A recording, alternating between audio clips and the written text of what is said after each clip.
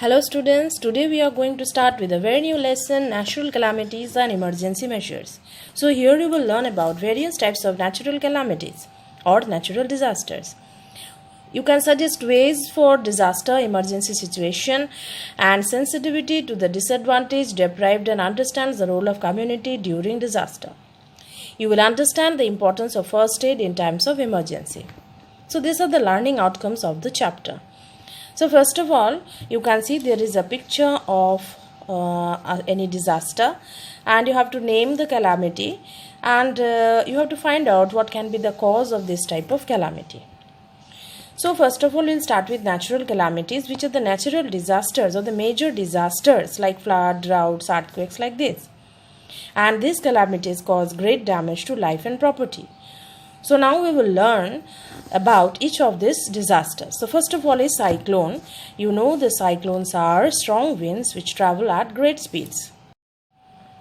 Now the cyclone will occur mainly in the coastal areas. Wherever there is sea, then they at those lands nearby the sea, they will suffer from the damages that is caused by the cyclones. Why this is happening? Because there is a difference of pressure and temperature of the land and that of the sea. So that is why the cyclone is created. When this happens, the level of the sea near the coastal areas, suddenly it will rise. The level of the sea will rise, there will be high waves and then it lashes onto the land, destroying buildings and crops.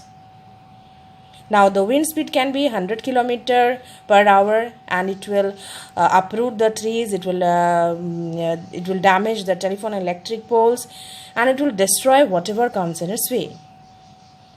And we have seen that coastal areas like Gujarat, Odisha, West Bengal, Tamil Nadu, Andhra Pradesh, they have experienced severe cyclones which have caused damage to life and property.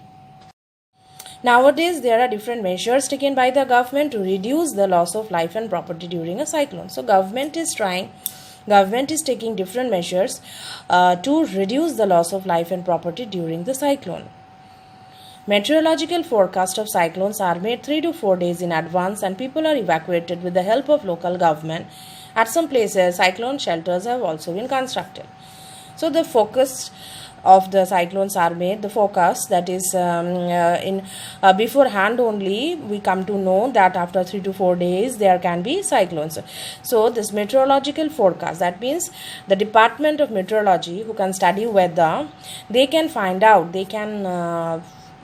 if after 2-3 days there can be cyclone and they can warn the people so that they can evacuate, means they can leave that place and go to some other place in other shelters.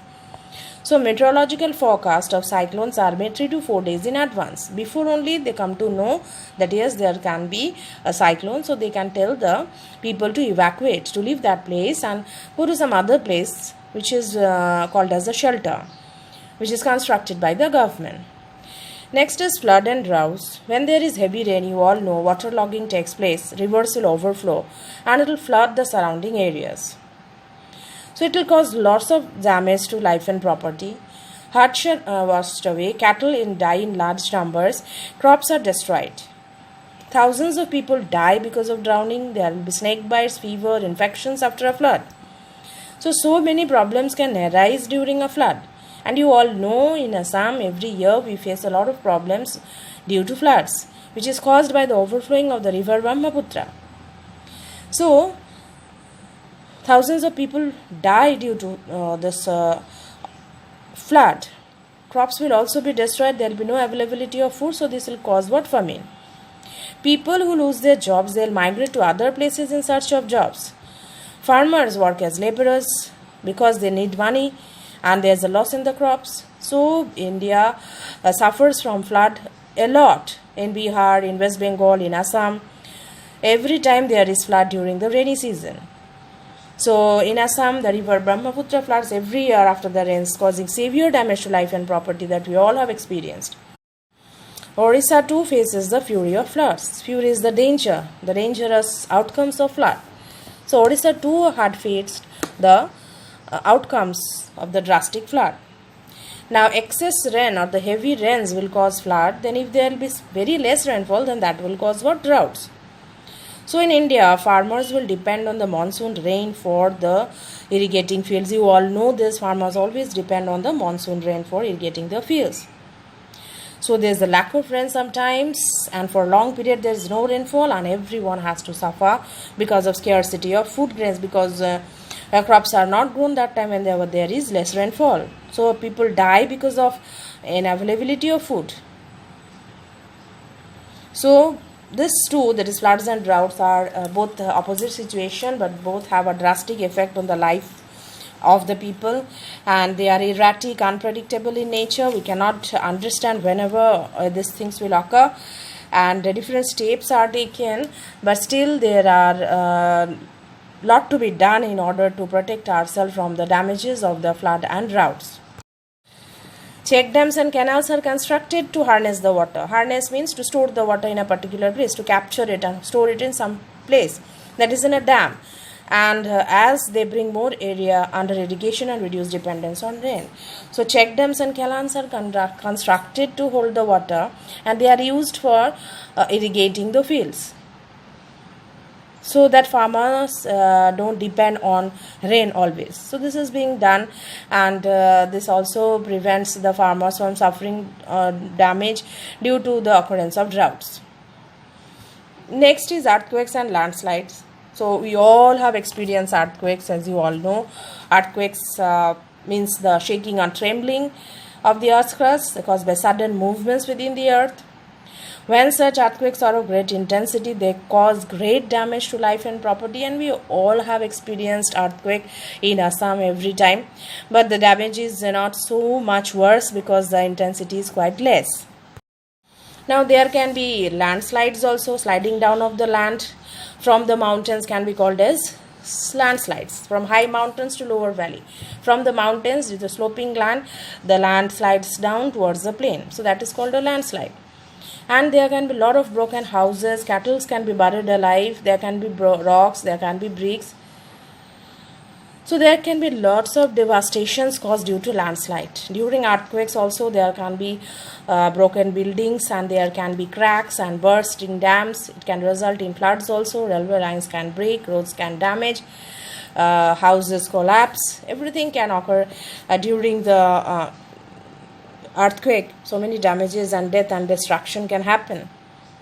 So people are now following the guidelines where it is written as earthquake proof technology, why to use this earthquake proof technology in the earthquake prone areas. Wherever there is a chance of earthquake, then people are following earthquake proof technology to construct their buildings, so that damage is quite less. Then there is tsunami, which is caused by underwater earthquake or volcanic eruption. Causes a series of ocean waves that reach up to the height of 100 feet, and it occurs along the coastal areas. Generally, the first wave of a tsunami is not that strong, and then successive waves are bigger and stronger. There was a tsunami on 2004, the Indian Ocean tsunami, which affected 11 countries and killed more than 2 lakh people.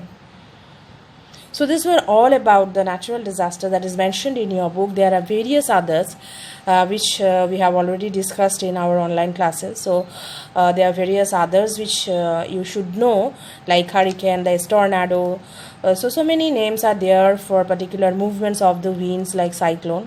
So all these are natural disasters which cause damage to life and property. Next, how to deal with the natural disaster. So how to deal with a natural disaster? Now, as you all know, they do not occur overnight, and some warnings can be there by nature. So we cannot stop natural disasters, but we can keep on watch for getting the warning signs. So if you get the warning signs, if we can forecast from the before only, then people can move to some other place so that they can be protected. So warnings and quick actions can save lives.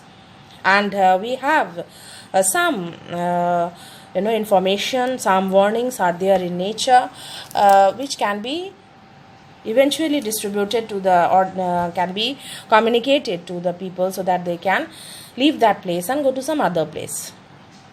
Now, in the natural disaster prone areas, there should always be an emergency kit with the people. And the kit or the bag should contain dry food, drinking water, medicines, blankets, money, torches. All these essential items should be there in the emergency kit, so that whenever there is a chance of a natural disaster, they can move to some particular place which is away from the area. Now, government usually converts a building like a school or an office into safety shelter where people can go and stay there for the time being. So people should be aware of the safe shelter and start gathering there as soon as the warning is issued. So whenever there is a warning related to the natural disaster that's going to happen after 2-3 days, people has to be warned to leave that place and they should go to the shelter. They should be aware of the shelter. Where is the shelter actually? So they should go there as soon as the warning is issued to them. All government agencies of that particular locality like hospital service, fire brigade, ambulance, police and armed forces are on alert. They are usually the first to help in case of calamity. So all the government agencies like a hospital, fire brigade, ambulance, police, armed forces, they are all on high alert and they are the first one to help in case of any natural disaster. So government along with many national, international, non-government organizations, they provide help and support to the people who are suffering or who have suffered from the natural disaster. So there are United Nations Children Emergency Fund, Red Cross Society, CRY, Child Relief NU, Oxford Committee for Famine Relief and Prime Minister's Relief Fund. So many are there. Other agencies of the United States are also there like United Nations Disaster Management Team, United Nations Educational, Scientific and Cultural Organization, ILO, FAO, WHO. All these organizations, they help in the time of need. The armed forces or the army people play a very major role during the disaster. They help in rescuing the people. They help to clear the roads and provide relief to the people as early as possible. They send their medical units, they send their doctors, they distribute food, they distribute medicine. So many work is done by the army or the armed forces during a natural disaster. Air Force will also help in this. They will help in dropping the food, water and clothes wherever there is natural disaster like flood. And so people can be lifted also by airlifting if they are isolated in particular place. Police will try to maintain the law and order during disaster to prevent antisocial elements from looting and destroying shops and homes. So during the natural disaster, the antisocial elements are always there who always try to loot, that means to take away all the belongings from the people, those who are suffering. So police will try to prevent them. Whenever there is calamity, business houses, schools and colleges helps to collect money, medicines, clothes, utensils, rations, and they supply to the people who are affected during the disaster. So there are so many people, armed forces, air forces, then police, so many people are there along with business houses, schools and colleges. Everyone tries to help people who are suffering from the natural disaster. Professionals like doctors, engineers and firemen play a major role. Doctors help during those times. They help in controlling the epidemics or the spread of the diseases. They vaccinate or give injections to the people to protect them from diseases. If there are any wounds, the doctors help them to cure their wounds. The nursing staffs also work anytime with the mobile hospitals, clinics and ambulances. Now, what can we do to help? We being the citizens of India, we can provide help in times of need, and we can collect old clothes, then medicines, money, bed sheets, whatever we can do, we can try to do to help the people under the distress, under the sufferings of the natural disaster. So in an earthquake, we can call people out of their houses and ask them to either stand in the doorway or under a heavy table. We can educate them to fight against the situation. So in the floods, we have to climb to the roofs of their houses. Insecticides and pesticides, these are the chemicals that should be sprayed in houses and surroundings to prevent malaria and other diseases. So we can ensure safety of the people by spreading insecticides and pesticides. Then we can ensure availability of clean water to avoid the spread of various diseases which is related to dirty water, that is cholera and gastroenteritis.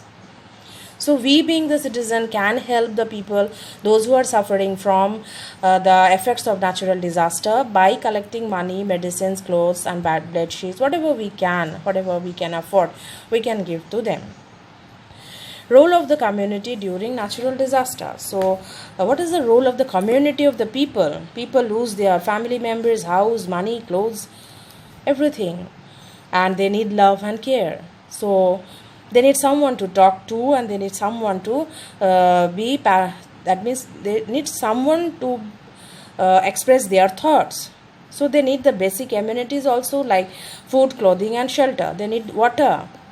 So every community should have the responsibility for arranging all these basic necessities to them.